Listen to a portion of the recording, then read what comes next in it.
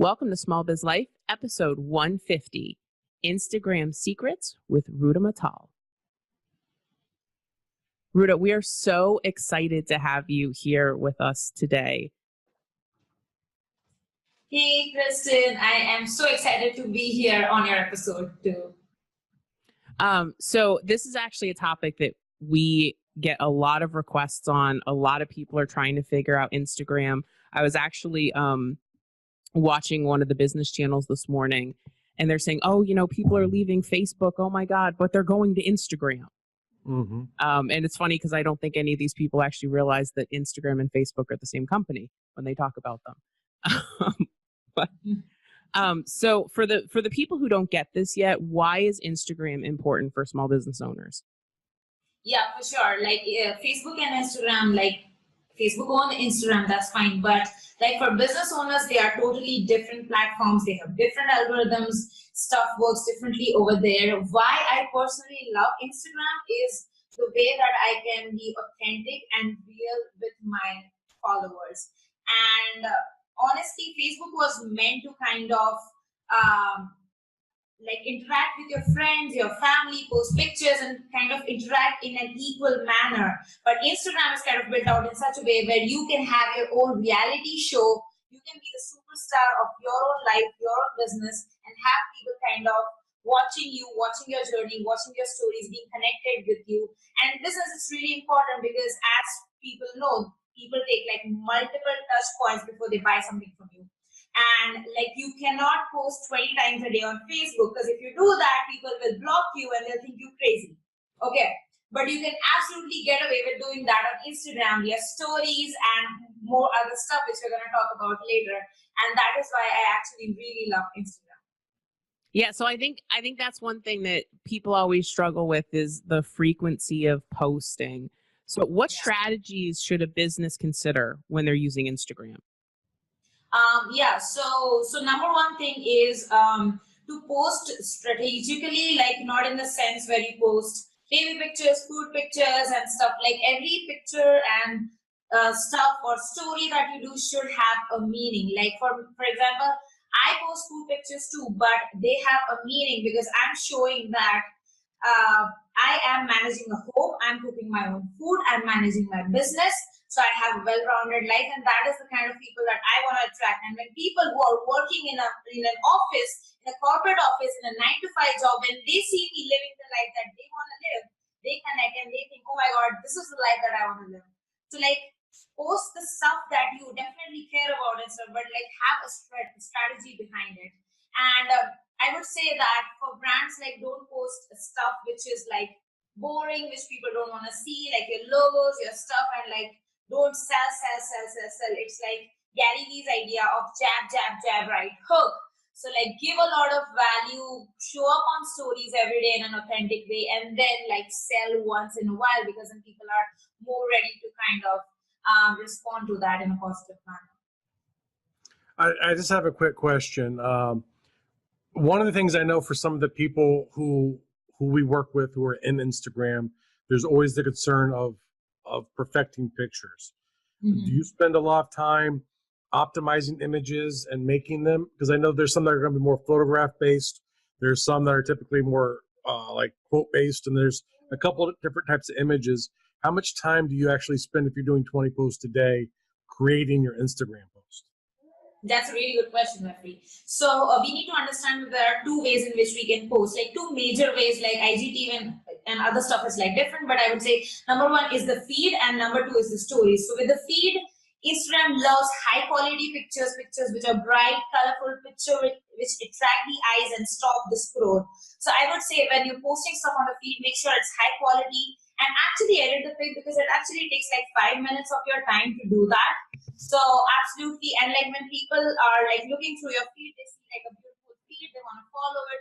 No one wants to like see ugly images and unedited images on unprofessional, blurry, grainy images. So like when you're posting on the feed, I definitely do that. But what I do is I batch schedule my content. I sit down once a week on a Sunday, batch edit all my pictures, batch write all my captions, and then schedule it out. So I don't have to worry about the post for 1 week. But coming to the second part, which is the stories, is where I don't edit anything. Like I show up as me, the real me, the authentic me. I don't put any makeup on. I talk to my phone. I give value. I crush objections. I take them on a journey, take them on a hero's journey, and they see the very real, very authentic me. So that is not. It's a little bit scripted. I mean, I think about what I want to say, but it's like not edited stuff at all. So do you actually legitimately use the hero story arc line as you're going, or do you? I do that, yes. So like it's funny because we learn so many marketing principles, and people think, oh my god, I should use this in webinars and emails and stuff. No, you should use it in every single thing that you're doing because it works, and it will be very funny because it works like crazy. Like yesterday, I did a story series. And I have like 11,000 followers on Instagram, just to establish some proof of why you should be listening to me. So I had like 11,000 people following me. About 2,200 people watch my stories every single day. And when I did the hero's journey thing, I got like 150 plus messages from people sharing their own journey, their own story, and qualifying themselves on why I should be picking them to, work together. So it really works well. Well, that's awesome. So, and for the people who don't know the hero's journey, that's something that Russell Brunson teaches. We talk about Russell sometimes on the show. And so I think you can get that in Expert Secrets. Yeah. Right. How to put that together. If you're any of my fiction writers who always talk about, writing your own marketing is impossible and you don't know what to do, you do this in your stories, in your fiction. It's the same thing, but it's about life, and there's truth rooted in it rather than it being fiction. Mm-hmm. Yeah, great strategy. So, and we'll put a link to Expert Secrets in the show notes for episode 150. So this is something that actually a lot of our paid HQ members ask us is, how do you choose good hashtags? Mm-hmm. Good. That's a good question. So as you might or might not know, Instagram allows you 30 hashtags to use in every post. Some gurus say use 10, 15, 20. I say use all of them, but use in this manner. Like you have 30, divide them into 3 parts. Number 1 would be the common hashtags, meaning when you go to the search bar of Instagram, if you are in the entrepreneur space, you search entrepreneur, motivation quotes and stuff like that. Now those guys have like millions in searches, so it is very hard to like rank in the explore page or the top 9 page of Instagram. So, but it's still useful because it kind of helps Instagram realize what kind of content you're posting. Like don't chuck them out easily. Like top 10, select the broader ones which have millions of searches. Good. So we have entrepreneur quotes, motivation, and all those kind which are broader terms. The next 10 I would say is search hashtags where the searches are not that high. Like when you search hashtags, Instagram shows you how many searches are corresponding to that particular hashtag. So the first time the first slot we chose like people having hashtags having millions of searches. The second one I would say choose having hashtags which are 100K searches, 50K searches, 10K searches. So like minimize the niche, and you would find hashtags in the sense where entrepreneur quotes of the day or entrepreneurs of America, or actually America is still broad. I would say entrepreneurs of Orlando, stuff like that. So kind of niche down on that. Make sure you have regional targeting going on. So I would say that do some searches, and Instagram will anyway show you suggested hashtags. So kind of explore that and choose the one which have like lesser searches in the thousands range. And then the last 10, I would say that create your own hashtags. So if you guys are, if it's your Instagram handle, Kristen, I would say Kristen Ingram, that is one code. Then I would say that Kristen Ingram blogs, and Kristen Ingram blogs, and then your company name and stuff like that. So basically all of the hashtags that you own, and when you post stuff on that, people can kind of go back to that hashtags and go back to what exactly you posted for your own brand. And recently Instagram kind of released this update that people can follow hashtags. So they can follow your individual hashtags and still be notified of stuff, because sometimes they're like, it's one more way for people to follow you. So like make the best use of that. So yeah, that's what I would do. Top 30 hashtags, and divide the hashtags in these 3 parts.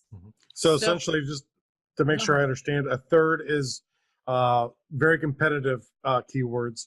A third is niched versions of those, and a third is personal branding or business branding. Yes. Okay, so because I think this is really interesting because I love this kind of stuff. So, are you always using the same 30 hashtags, or when do they become post specific? Yeah, so what I would do is I actually don't use those 30 hashtags when I post a personal picture, like with my husband. Like my husband and I, you can see the picture at the back. We had an amazing photo shoot in Hawaii. I love using him for likes. So like when I post some personal stuff, I share stories about us because of course I want the audience to know me and my story. In that case, I obviously don't post all of those hashtags business related. In those cases, I would post travel related hashtags and Hawaii hashtags and stuff like that. So in that case, I would do that. So I kind of mix it up depending on the post. I also would like go back once every month and see how those hashtags are doing. And change it up a little bit in the sense that I would have a list of competitors who are in the same space as I am. So I would like go through the hashtags that they are using, model a bunch of my hashtags on them and kind of mix it up. So like see what works for you. Keep trying, keep changing. Like obviously don't use the same 30 hashtags for years. Definitely like this is the activity to do once every month for sure. Okay. All right. Why is we see people talking about the 10,000 followers. Mm-hmm. Why is that so important, or is it important? Yeah, that's a good question. So 10K followers gives you the ability to have the swipe up feature, meaning in your Instagram stories, you can say swipe up to go to this particular link where they can watch a video, read a blog post, enter your funnel. That is an amazing way because this kind of makes everything really easy for people. If you want to send them somewhere, because if you don't have 10K followers, you would essentially say, click the link in my bio to do this XYZ thing, or message me to know more, or message me to get the link. Now, I would say that, 10K followers builds authority, gives you a lot of social proof and kind of snowballs because more people want to follow you because they see, hey, this is like an interesting person who I want to follow. And of course, the swipe up features always help me pointing people to the link. But the swipe up has also made people lazy. So people will be like uploading a video like swipe up to watch. And I'm like, okay, that doesn't work because you need to give your audience some context of why they should be watching your content. Just because you created the content doesn't mean people should watch it, So like that reframing should happen in the stories and stuff before saying swipe up to, get something for free or something like that. Also, I would say that just because you have less than 10K followers doesn't mean you can't convert people into leads and sales. So in fact, the stories that I did, I told you at the beginning of the episode where I got 150 responses, the call to action was not swipe up. I actually asked them a bunch of questions and asked them to message me, and then I started a conversation with them, and then I sent them the link in the DMs. A bit more work, fine, but it is much more effective. So, and also like back when I had like less than 10K followers, I still made $4,000 in sales from my course. Just via Instagram, no emails, no webinars, nothing. So it's not like 10K is going to put you on a pedestal and, dollars are going to rain on you. No, absolutely not. It still takes work. And it's actually a percentage game. If 10K people follow you, 20% of them are going to watch your stories. So if less people follow you, the percentage is going to vary. But the sales percentage and the people watching the percentage is still going to stay the same. So of course you want to grow it, but of course don't be depressed saying, oh my God, I just have 100 followers. What do I do now? So I think this is really interesting because we had Renee Rebar on 2 weeks ago. And she was saying, I love her. She's great. And I know you guys just did an interview together. I love the fact that you're basically reiterating the same thing that she did. You still have to put in the work. You still have to make the connections, even though you have 11,000 followers on Instagram. You're still getting, hey, DM me, answer these questions. You're following up. You're doing the work. I think a lot of people believe that you get 10,000 followers or 20,000 followers or 100,000 followers and it just magically happens. Well, that's why the magic bullet sales technique works so well, because everyone's really looking for those. And unfortunately, the magic bullet is work. Yeah. No, Yeah, no, right there for sure. Like yesterday, it was so amazing. I was just popping my wine at the end of the day, and I got a course notification, and I got a course sale for my course. And then, the geek inside me kind of thought, okay, what just happened? Because I'm not actively promoting the course. So then I geeked out, went inside my ConvertKit, my email software, and figured out where did this subscriber come in? What actions have they taken? So they just joined my list that day itself, and they haven't even watched my webinar which leads to the course. So basically they just bought that course after seeing the series of stories that I did. Mentioned that, also important to note, I didn't send them to a link. I didn't even talk to them on the message because I had received so many messages I couldn't get to them. And that person just watched my stories, didn't even talk to me, and bought the course. So it was really amazing and shocking. Those are the best sales, right? When you wake up in the morning and you're like, I made money. How did I do that? And it's cool because you've got all the analytics set up to be able to do that. So you kind of already talked about this a little bit, but I know a lot of people struggle with this. What is your mix of personal and business posts look like? Okay, so I would say that I usually post about business, but not in a way where sell. I actually imagine myself as talking to me where I was 2 years ago in my audience's position, what thoughts were running in my mind, what objections were there, and how could I help them solve their problem. The epiphanies, like Russell talks about, create the epiphany bridge in their head by talking about my story. And Lady Boss also does this. Like, she is so fit right now. She lost 70 pounds like 3 years ago, and she still talks about, oh my god, I was fat and tired and frustrated and I was eating, and like, she's super fit. You can see her abs and stuff, but she still talks like she is not fit and how she was 3 years ago, and people relate to that story, and then she does crazy amount of sales just via stories. So kind of put yourself in the position of your audience, of where they are right now, or where you were a few years ago, and kind of lead them onto the journey. In terms of personal and business, I would say that every post of mine has a strategy. Like, even though I'm posting about my husband, I still have a strategy in mind. What? That, oh my god, these guys are traveling to Hawaii. Wow, what is the kind of life that they are living, or what is the kind of business they are running that enables them to afford these kinds of vacations? So even though it's like a travel picture with just 2 lines of code and a bunch of travel hashtags, it still kind of gives the audience like why they should be listening to me and why I'm successful and why they can also mimic my success. So I would say that definitely post a lot of fun stuff, spending time with your family, because if your audience wants that, definitely show that. Traveling the world, because if your audience wants to see that and want to achieve that, show that. All of the things that the business enables you to do, or whatever you're selling, like whatever the perks of what you're selling is gonna give them, like show that actually, not just write it and post. So like, it really, really helps to paint them a picture of what is the kind of life that you are offering. And what percentage of your posts do you think are like the value posts where you're delivering, tips and tricks and content?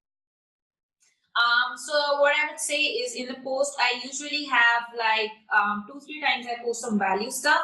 But I have to tell you, like in the past week or so, I've realized that actually I myself have realized, like, I see myself watching other people's stories so much, I barely scroll through the feed, like watching the other people's posts, because it's like endless posts. But stories are so fun and authentic, and it's like a reality show of other people, and I love doing that. So I'm definitely focusing more on stories than the posts, because like, it's really fun. But yeah, for the post, I would say like 2-3 times I would give a value, 2-3 times I would say stories, and like once a week or so I would point them to my free webinar which they can watch. Okay. What is the best, fastest way to get, to grow your following without paying for it? And one of our HQ members wanted to know if you have a larger following on another platform that you leverage to get to the 10K, or is it just Instagram? Yeah, for sure. Like, I have people coming in from my email list and YouTube, also to my Instagram. So like if you definitely have a following somewhere else, definitely leverage it. You know, you can give do a giveaway like stuff on Instagram, like you have to follow me, tag 3 friends, and I'll give you this free gift to kind of boost up your Instagram. Like put all of your energy for that 1 week into that one Instagram giveaway. So that people kind of discover you over there, and like of course give them a gift of why they should follow you there, and then go for that definitely. As for growing really fast, I would say that buying followers is not the same as using ads to grow your followers. Because a lot of people, shady people, sell followers online on Instagram, and I definitely do not recommend doing that. So I have grown my account really fast by running ads, but also targeted ads to people I actually want to reach. I've also had my friend LJ who runs like a Disney business. So like we were targeting moms living around Orlando, so like states like Kentucky, Louisiana, Tennessee, all of the neighboring states of Florida, because those moms are the ones who will, you know, go to Disney World and utilize her knowledge of saving money via Disney, but via her Disney book. So most, so it's not like we are targeting random people from cheap countries to get followers. We are actually running ads to, you know, reach your target audience, which will actually buy from you. No, I think that that's really good. That's really good advice because I think, you know, and I think a lot of what you're doing is just going out there, being authentic, sharing your stories, and people want to be a part of that, right? And so I think you get to this point, you know, people like they see the 10K number and they see that it's so far off that they're not saying, all right, well, let me get to 1,000. And then if I can get to 1,000, then I can get to 1,500 and 2,000. And, you know, people like want it tomorrow. And, you know, you are able to do it really quickly because I think you are authentic. You know, you're out there, you're putting out good content. And so I think people need to make sure that they don't just get caught up in the numbers. Yeah, definitely. And like if you're really, really impatient, like I actually was impatient. I feel like you can invest in something with time or money. So like I chose a bit of ad spend to kind of get that momentum going, because I knew I wanted to focus on it full time. Like I focus on that as my primary lead generation source. So like you run ads to your funnels and I run ads to my profile to get, you know, engage with my audience really fast and go from there. So if you, it's your choice totally. Like you want to choose time, you choose time, you invest time in it. You want to choose money, you run ads to grow fast. But I will tell you this, like running ads is really fun because you see growth happening every day and kind of motivates you to invest more time and energy into doing it, as if you have like one person watching your story and like, okay, what's the point? You know? So it's a choice you have to make for yourself. So it's funny because a lot of our business owners that follow us, like they're just getting used to stories, and now we have IGTV. What are your thoughts on IGTV? Are you leveraging it? Yeah, I love IGTV because before that, what happens was you can post on stories just like 15-second videos. On the feed, you can just post 1-minute videos. So when I had to say something important, or, you know, I wanted to yap along for a longer time, like there was no way except to send them to YouTube or Facebook or somewhere else. So like now what you can do is create up to 10-minute videos, and I know some accounts are even getting 1-hour limits on those videos. So you can create long form videos to kind of you know, get your point across, engage with them, provide value. It's like a mini YouTube. If you say, and really important for you guys who are less than 10K followers to leverage IGTV is because if you upload a video on IGTV, you can still, you know, get that link of that IGTV and put it in your stories and say, swipe up to watch the IGTV video, because Instagram allows you to do that because it's not an external link. So the external link, and you can point anywhere after you get 10K followers. But even though you have like 20 followers, you can still upload a video and send people, say, swipe up, watch this IGTV video, and go from there. So with the IGTV video, if you have lesser followers, you should actually be utilizing it more. You should create a value-based video, and at the end, create a very simple CTA, like go to xyz.com, create a very simple domain where they can get their gift or they can enter your funnel. Just say it and, you know, put a text on the screen. Very easy to do that via apps. I would say you can use InShot app. It's a mobile app. You can easily edit your videos quickly on that, and like no need to be fancy and edit the video a lot. Just say your stuff, give them a CTA, go to a story, say swipe up to watch this video, and you can point people there. Okay, so go ahead. I was just going to ask now, since you do YouTube and IGTV, do you oftentimes take like a video created for YouTube and then upload into IGTV as well, or do you refrain from that? Yeah, so I do that. Since IGTV came recently, what happens is it has different dimensions than what we need for YouTube. YouTube has horizontal videos. IG needs to be vertical video. So like you can create one video, but you have to ask your video editor to, repurpose it in a way that you can upload to both platforms. Okay. So yeah, definitely. But because it's really important to kind of manage the user experience well.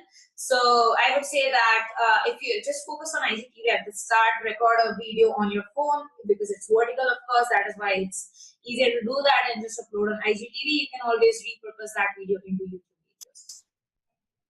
videos. And so for the people that don't know a lot about IGTV, and I'm one of those people, is it live video? Is it recorded video? Is it just followers? Or can anybody find them? Yeah, that's a good question. So, IGTV is recorded, up to 10 minutes of recorded content. It has to be vertical, and your followers can find it. And also, if you notice on the explore page, like the magnifier button you have like previously you would have videos and pictures of people that Instagram thinks you should follow and you would like. So now at the top you also see IGTV videos. So like it's working like the followers can also find you, and if your video is like really good, it goes viral, you can also find it on the explore page and people can find you from that. And also like the IGTV has like its hashtags of its own and description of its own, so you can make it like more juicy over there too. Okay, awesome. So Roota, how do people connect with you? I mean, clearly Instagram, but how can people connect up with you? Yeah, so Instagram, of course, it's my handle is I_am_Roota. It's ROOTA. And if you want to like work with me in the sense that you need me to kind of guide you through the process of growing your Instagram and your income and impact really fast on Instagram, then you can go to my website. It's rootamittal.com, where you can find my services and book a free call with me to see if Instagram is the next best step for growing your business. Awesome. So a list of all those will be on the show notes. Right. All those links will be in the show notes, which will go live on Monday.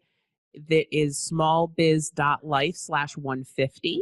And that should be easy to remember. That's like a milestone episode. Yeah. Roota, we're so glad that you were with us today. You gave us a ton of really great information. I hope that this will give people the confidence to jump into Instagram and really leverage that for your business, because it's right now it's the fastest growing social media platform out there. If you're trying to target millennials, that's where they are. They're on Instagram. But the nice thing is that it's a platform that's easy enough to use. It's not like trying to figure out Snapchat, right? Which I think a lot of business owners are like, oh my God, I can't even. But it's great because the demographic across Instagram is awesome. Yeah. So it's a great place to go. So thank you guys so much, and we will see you next week.